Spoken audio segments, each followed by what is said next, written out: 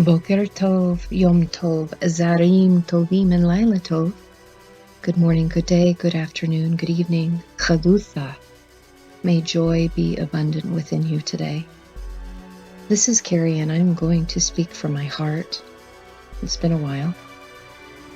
I've been sharing more on the Facebook platform and sharing my heart through writings, but I wanted to be able to share this with you today. This is the journey of me, and here is my story, no longer his story.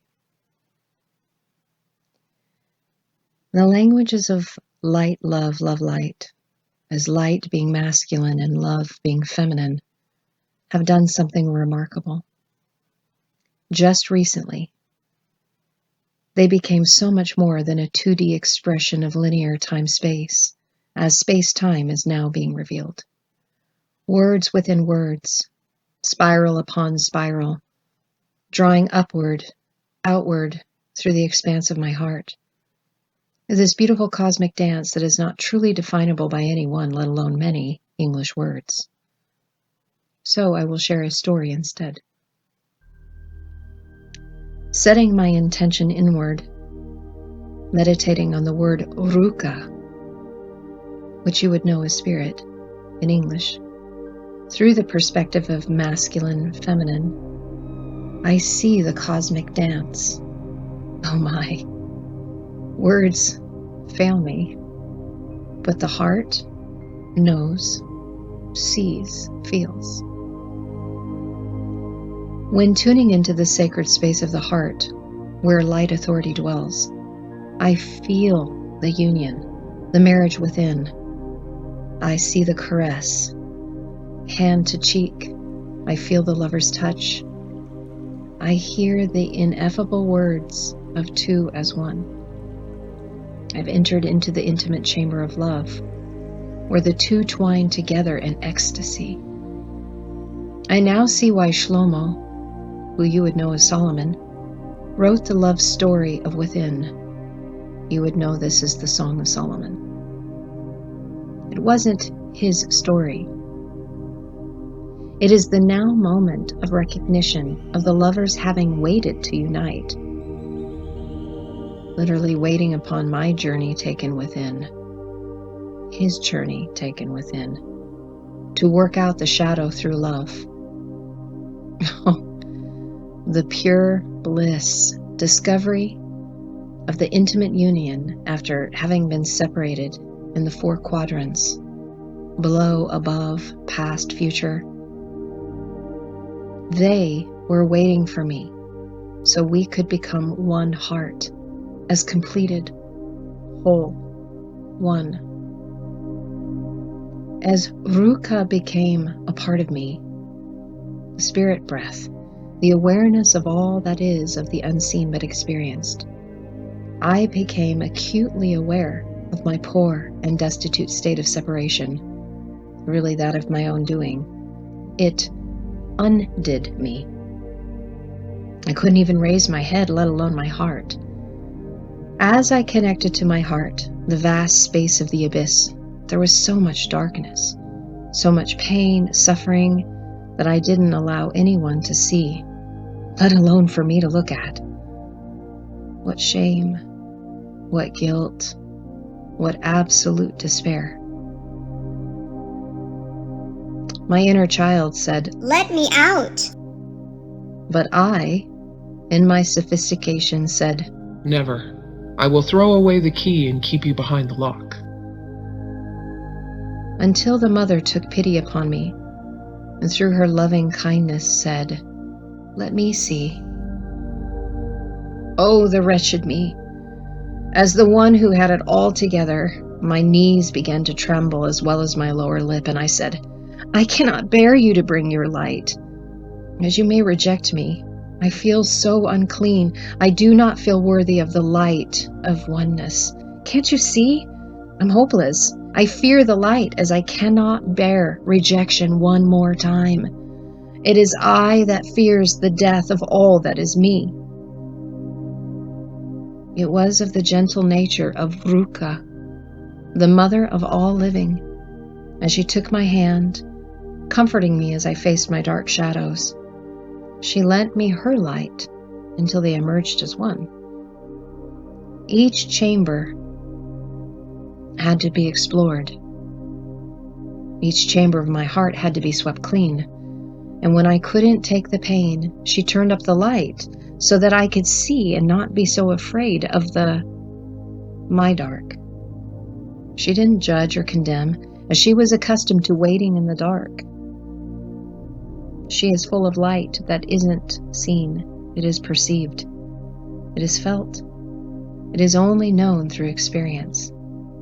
Step by step, pain by pain, shame, guilt ceased to be.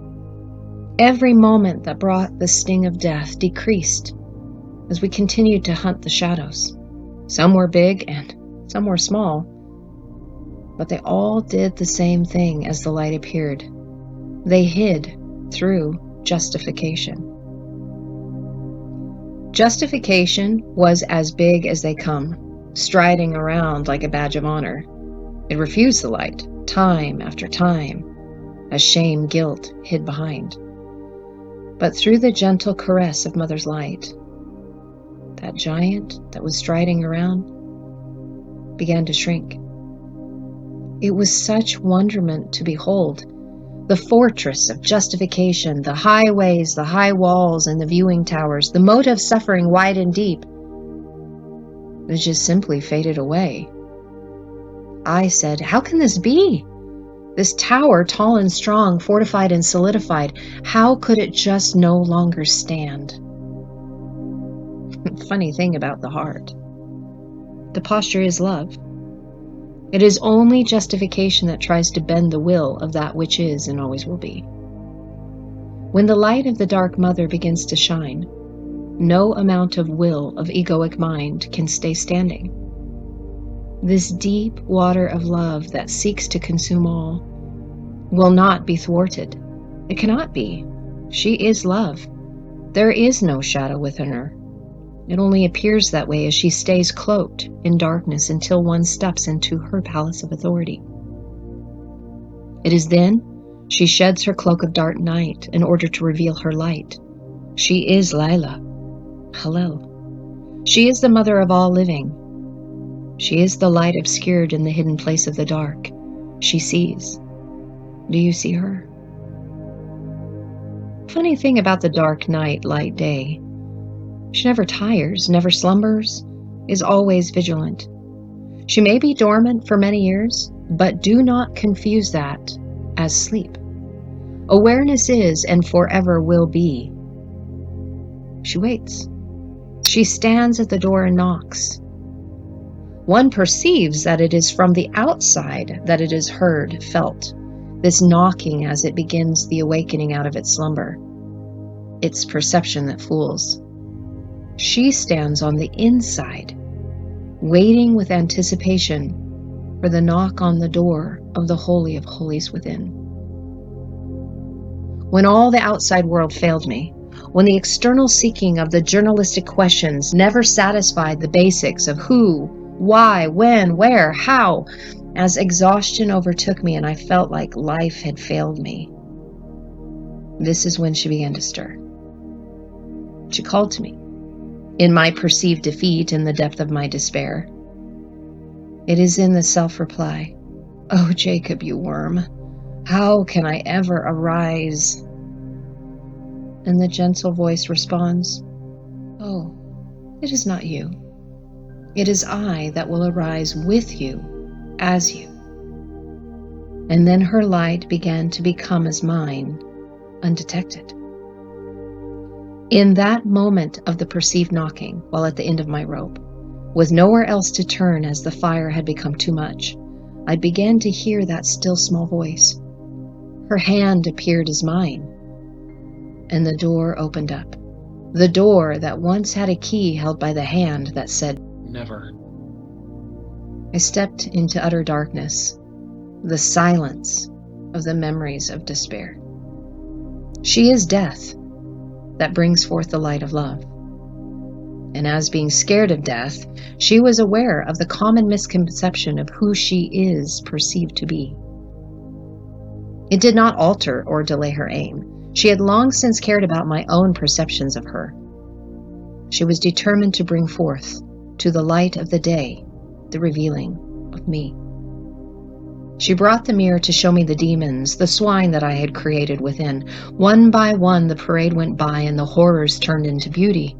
Each memory, each feeling, each thought that formed the egregor that made the walls of the tower manifesting those horrors in the dream into my perceived reality, the prophets of my unworthiness, began to crumble. The sophisticated self screamed, "No!" and the child began to cry. The mother soothed and comforted both, all of them, as the two, really, were 6. Around and around they went into the dark, until light began to reveal the twilight of between. The light began to dawn. Each child, each mask, each egoic self fractured from the one could no longer hide. They were revealed. They were seen for what they were. Fear of rejection, fear of discovery, afraid of death itself. Love as seen as the enemy, not realizing that the perception of adversary was all along as friend. In a tearful goodbye and a loving embrace, each part of me that was revealed behind the tower, the fortress built around the heart of my being, began to become one again. Each part that I disassociated from, I welcomed back home to the place of light love, and with an expanded expression of gratitude, I could now explain, Toda Rabba Tebutha, my love. Funny thing is, the towering fortress only appeared to be something that it was not. It was only in my mind that it existed in this form. It is the same thing, the same place, but the darkness made its appearance as a terror, terrific in stature, formidable of strength. I had been here before, and now see this beauty, now having a different perspective. All the perceptions of that which I thought they were became as what is. As I now stand and gaze upon the mirror, the dark mother light father look back at me. It is no longer dimly lit as I see with matured clarity. To my amazement, it is my own reflection of me. And then the mirror shatters. This is my apocalypse. Once what was shattered, broken, was only an illusion, the fractured me. Now I see, through the eyes of the revealing, only me as we. I sing a new song as a heart that was pierced. Connected it became the grand rising in now, first fruit of the dawn, firstborn of the dead, now made alive as the light of life, Oreta. It is life that I have become as the mother of all living. I see you, we, as one, whole, complete, marvelous. The profundity of you, me, we. Chadutha. Namaste.